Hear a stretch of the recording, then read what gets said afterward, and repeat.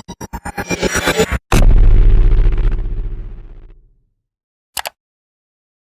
बच्चों, कैसे हैं आप लोग। आज से मैं इंटीग्रेशन शुरू कर रहा हूं और इसमें मैं एकदम बेसिक से आपको पढ़ाऊंगा और जीरो टू हीरो का जो लेवल है मैं वहां तक आपको पहुंचाऊंगा। ठीक है, आपके एनसीईआरटी किताब के अनुसार आपको टोटल 11 एक्सरसाइज जो है वो इंटीग्रेशन का पढ़ना है। ठीक है, तो हर एक एक्सरसाइज को हम लोग काफ़ी अच्छे से समझेंगे और इस हिसाब से समझेंगे कि आपका एनसीईआरटी और जो भी बुक हो, आप जो भी किताब पढ़ते हो, उसका इंटीग्रेशन का प्रश्न जो है आप अच्छे से सॉल्व कर पाओ। ठीक है, तो सबसे पहले जो ज़रूरी चीज़ है वो है फॉर्मूला। तो देखो, यदि आपने डिफ्रेंशिएशन अच्छे से पढ़ा है तो डिफ्रेंशिएशन का जो फॉर्मूला होता है ना, बस उसी से हमारा इंटीग्रेशन का फॉर्मूला हो जाएगा, चेंज कर देना है।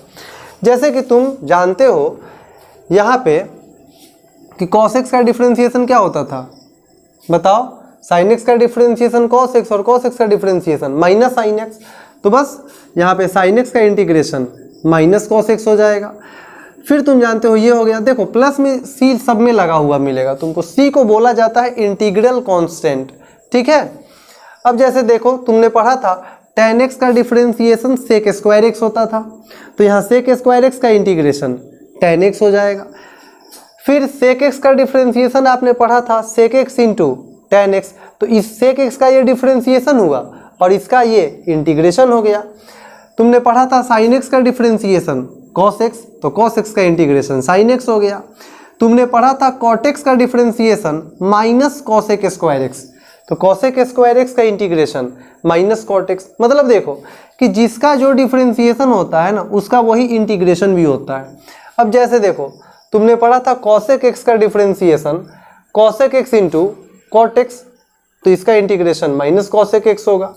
आपको याद होगा log x का डिफ्रेंशिएशन 1/x, तो 1/x का integration log mod x। e के पावर x का डिफ्रेंशिएशन e के पावर x ही होता था, तो उसका इंटीग्रेशन भी उतना ही हो जाएगा।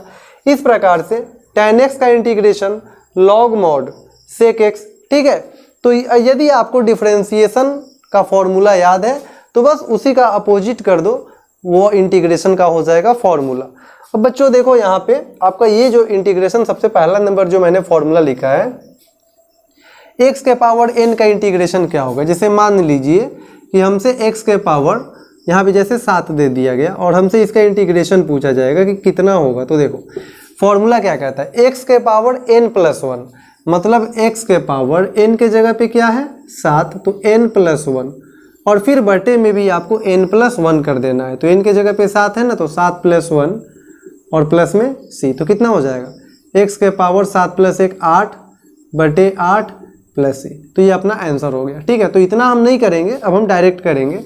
जैसे x के पावर अगर मान लो दे दिया 4, तो क्या हो जाएगा x के पावर 4 में 1 जोड़ दो 5, फिर बटे में 5 प्लस c।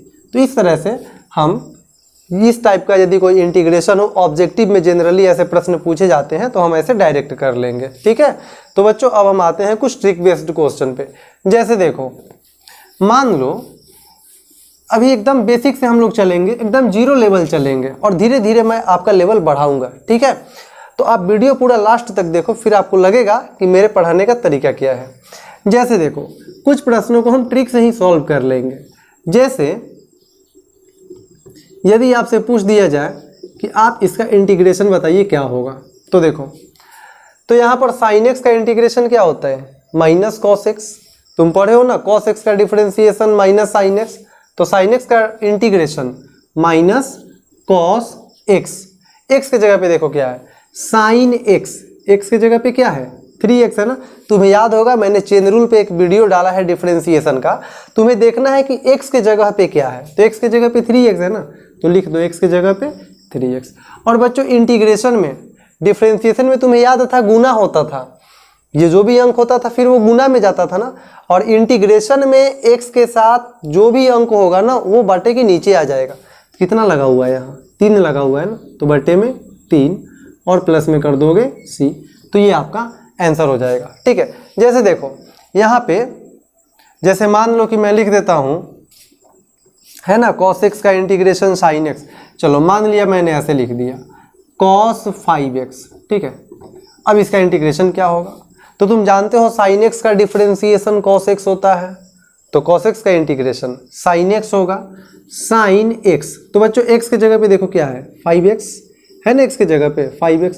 अच्छा अब देखो एक्स के साथ 5 लगा हुआ है ना, तो ये आ जाएगा बटे के नीचे प्लस में कर दो c, तो ये अपना डायरेक्ट आंसर हो जाएगा। ठीक है, अब जैसे मान लो दे दिया e के पावर 3x, तो तुमने क्या पढ़ा है, e के पावर में x का डिफरेंशिएशन हो या इंटीग्रेशन हो वो तो उतना ही रह जाएगा ना, e के पावर 3x। अब देखो x के साथ क्या लगा हुआ है, 3 लगा हुआ है ना, तो बटे में आ जाएगा 3 प्लस c। तो x के साथ जो भी लगा हुआ हो ना वो बटे के नीचे आ जाएगा। हाँ, यदि तुमने डिफरेंशिएशन नहीं पढ़ा है तो इंटीग्रेशन के ये जो फॉर्मूले हैं वो बनाते बनाते आपको याद हो जाएंगे।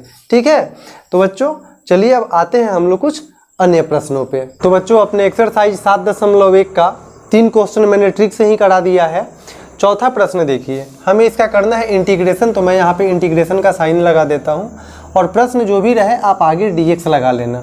ठीक है, तो बच्चों आपने एक फॉर्मूला पढ़ा है ना इंटीग्रेशन का, x के पावर n, तो इस टोटल को हम x मानेंगे, पावर में क्या है n, तो उसका क्या फॉर्मूला होता है कि आपका जो भी x है, मतलब जो भी अंदर में ax प्लस b, ठीक है ना, क्या पढ़े थे आप, x के पावर एक बार n प्लस 1 फिर बटे में भी n प्लस 1। ठीक है, तो इसी बिल्कुल टाइप पे ये प्रश्न है हमारा। तो n के जगह पे 2 है ना, तो 2 प्लस 1 और फिर बटे में 2 प्लस 1। ठीक है, और तुम्हें याद होगा मैंने एक चीज़ और बताया था कि x के साथ तुम्हें देख लेना है कौन सा अंक लगा हुआ है या जो भी लगा हुआ हो ना x के साथ वो बटे के नीचे ला दो।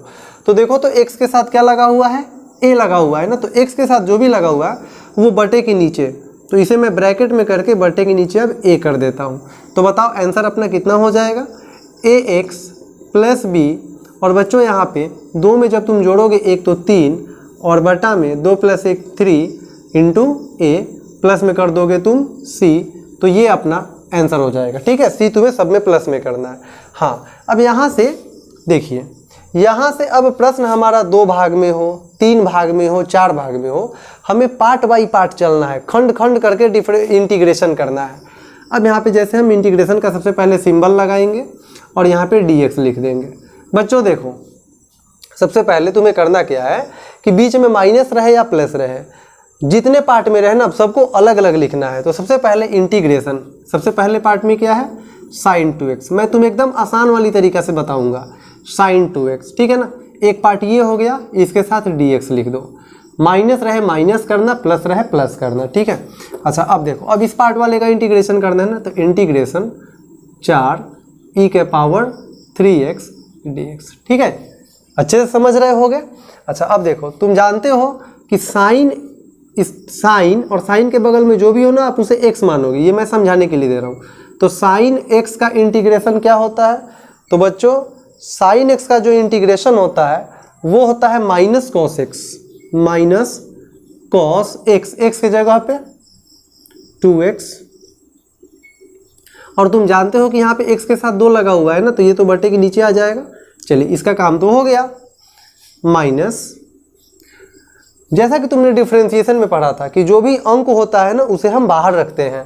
तो यहाँ पे अगर मैं 4 को बाहर रख लूँ और इंटीग्रेशन कर लूँ किसका, e के पावर 3x dx। ठीक है, तो बच्चों ये हो गया अपना सॉल्व। ये तो बिल्कुल उसी तरह से रह जाएगा, minus cos 2x by 2 minus में 4, और आप जानते हो कि e के पावर x का इंटीग्रेशन e के पावर x ही होता है, क्या है 3x, और बटे में क्या हो जाएगा बताओ, तो x के साथ 3 लगा हुआ है ना, तो बटे में 3 प्लस c। तो काफ़ी आसानी से आप इस प्रश्न को समझ गए होंगे। ठीक है, चलिए अब आते हैं अपने अगले प्रश्न की तरफ।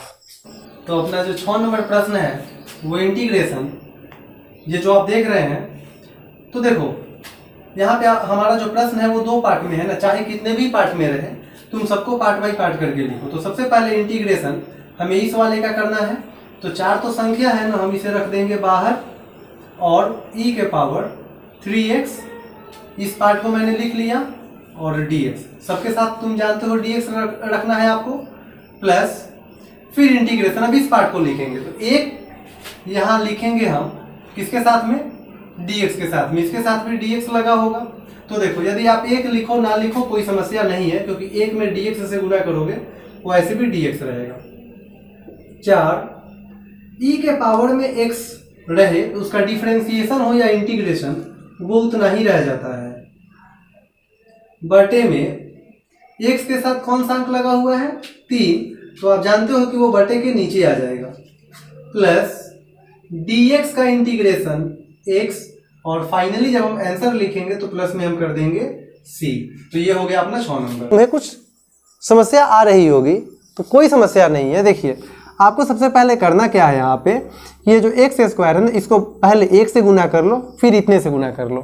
तो जब तुम एक्स स्क्वायर में 1 से गुना करोगे तो ये एक्स स्क्वायर हो जाएगा, फिर माइनस एक्स स्क्वायर में कितने से गुना करोगे 1 से, तो एक्स स्क्वायर और बटे में क्या है एक्स स्क्वायर, ठीक है, और बाहर में क्या लगा हुआ है dx लगा हुआ है। तो यहाँ पे एक्स स्क्वायर से एक्स स्क्वायर का काम फाइनल, तो क्या बच गया बच्चों, यहाँ से x square minus x square से एक्स स्क्वायर तो खत्म 1 dx, ठीक है। मतलब मैंने एक्स स्क्वायर को पहले इससे गुना किया, फिर एक्स स्क्वायर को इससे गुना किया। अब देखो अब ये 2 पार्ट में आ गया ना, अलग अलग करके लिख लो।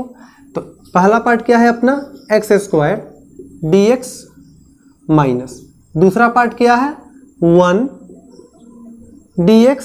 तो बच्चों एक्स स्क्वायर है ना, तो इसका क्या हो जाएगा एक्स स्क्वायर है तो 2 + 1 3 हो जाएगा, अब बटे में 2 + 1 3, माइनस में dx का जो इंटीग्रेशन होगा वो x हो जाएगा, प्लस में c।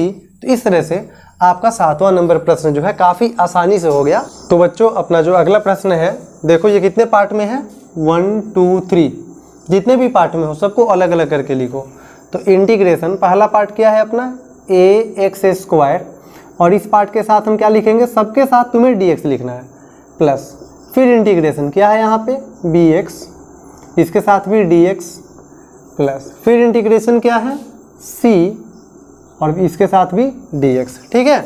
अब देखो तुम जानते हो कि जो कांस्टेंट होता है उसे हमें बाहर रखना है, तो a कहाँ आ जाएगा, बाहर आ जाएगा, इंटीग्रेशन, अब ये तो बाहर आ गया ना x² dx, प्लस b तो बाहर आ जाएगा ना, इंटीग्रेशन x dx, प्लस इसमें कौन बाहर आ जाएगा c बाहर आ जाएगा, इंटीग्रेशन dx। तो बच्चों यहाँ पे a, और इसका नियम तो तुमने पढ़ ही लिया है, x के पावर 2 + 1 3 हो जाएगा ना, और बटे में फिर 2 + 1 3, प्लस में देखो यहाँ b तो बाहर में है ना, अब यहाँ पे बताओ x के पावर क्या हो जाएगा, कुछ नहीं, मतलब 1 छुपा हुआ है ना, तो 1 में जब तुम जोड़ोगे 1 तो 2, और फिर बटे में 1 + 1 2, प्लस में c, और आप जानते हो dx का इंटीग्रेशन क्या होता है x, और प्लस में आपको क्या कर देना है c। तो इस प्रकार से काफ़ी आसानी से आप 8 नंबर प्रश्न को सॉल्व कर दिए। अब देखो 9 नंबर में आ जाओ। 9 नंबर में हमारा प्रश्न जो है वो 2 पार्ट में है। तो पहला पार्ट क्या है इंटीग्रेशन। अब तुम्हें आइडिया हो गया होगा कि जो अंक है हम उसे पहले ही क्या कर लें, बाहर कर लें, और क्या बच जाएगा फिर x² साथ में dx, ठीक है। प्लस में नेक्स्ट पार्ट क्या है अपना e के पावर x dx। तो बच्चों 2, और आप जानते हो कि x² का इंटीग्रेशन क्या हो जाएगा, तो x 2 + 1 3, और बटे में 3, प्लस e के पावर x का जो इंटीग्रेशन है वो तो e के पावर x ही रह जाएगा, प्लस में c। तो इस प्रकार से हमारा 8 और 9 प्रश्न जो है वो हो गया सॉल्व। और आते हैं अब 10वें प्रश्न। तो बच्चों अपना जो अगला प्रश्न है देखो, तो यदि हम इसे यहाँ पे तो टोटल पे स्क्वायर लगा हुआ है ना, तो आप देखो ध्यान से, यदि तो ये अगर इसे हम a मान ले और इसे b मान ले तो a - b का होल स्क्वायर, इस फॉर्मूला पे ये टूट जाएगा। तो फॉर्मूला क्या होता है a - b का होल स्क्वायर, तो a² प्लस b², तो b की जगह पे 1/√x, माइनस में है तो -2ab, a के जगह पे √x और b के जगह पे 1/√x, ठीक है। और सबके साथ आपको dx लगा देना है। तो बच्चों यहाँ पे जब तुम √x का स्क्वायर करोगे तो यहाँ से 1x रह जाएगा, प्लस ये 1 का स्क्वायर 1, और √x का स्क्वायर करोगे तो 1x बाहर आ जाएगा, माइनस √x से √x कैंसिल, 2 में 1 से गुना करोगे तो 2, और ये टोटल के साथ क्या लगा हुआ है बाहर में अपना dx लगा हुआ है। अब देखो ये कितने पार्ट में आ गया, 1 2 3, पार्ट बाई पार्ट अब इंटीग्रेशन कर लेंगे। तो इंटीग्रेशन पहला पार्ट क्या है अपना x dx प्लस दूसरा पार्ट क्या है 1/x dx माइनस तीसरा पार्ट क्या है 2 dx। तो बच्चों यहाँ पे x पे पावर कुछ नहीं है, मतलब 1 लगा हुआ है, तो क्या हो जाएगा x के पावर 1 + 1 2 हो जाएगा बटे में 2 प्लस आप जानते हो log x का डिफरेंशिएशन 1/x होता है, तो 1/x का इंटीग्रेशन क्या हो जाएगा, तो log mod x, ठीक है, माइनस 2 और dx का इंटीग्रेशन क्या होता है x, और टोटल में आपको प्लस में कर देना है c। तो इस तरह से हम लोगों ने 10 प्रश्नों को सॉल्व कर लिया, ठीक है। अब इसका आगे का जो प्रश्न होगा वो मैं आपको इंटीग्रेशन पार्ट 2 वीडियो जो लाऊंगा उसमें बताऊंगा, ठीक है। तो मैं उम्मीद करता हूं कि आप काफ़ी अच्छे से इसे समझे होंगे, आपको कुछ भी इसमें भारी नहीं लगा होगा, और 11 जो एक्सरसाइज है ना, आपको कोई भी एक्सरसाइज कठिन नहीं लगेगा यदि मैं पढ़ाऊँगा, ठीक है। तो आप चैनल से जुड़े रहें, आपकी तैयारी जो है वो काफ़ी बेहतरीन ढंग से कराई जाएगी, ठीक है। तो बच्चों आज के लिए इतना ही, जय हिंद।